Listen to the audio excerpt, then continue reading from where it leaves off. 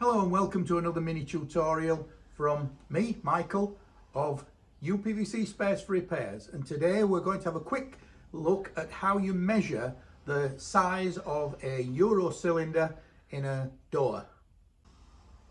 The Euro cylinder that goes through a door, whether it be timber, PVC or aluminium, is a specific length dependent on the thickness of the door plus the thickness of the handle at either side.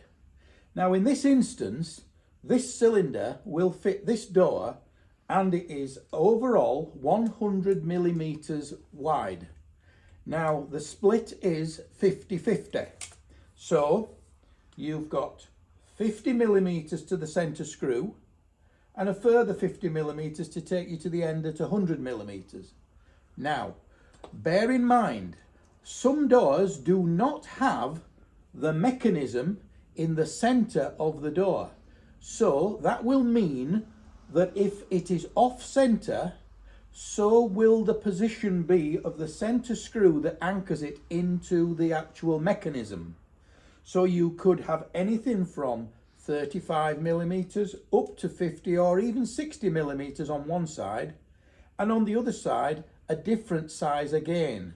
So it's critically important that if you're going to order a cylinder, you check the dimension internal size first, which is from the face of the handle through to the center of the screw that anchors it to the door.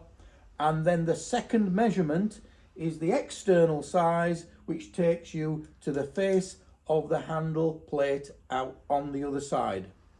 Hope that helps you. Look forward to an order.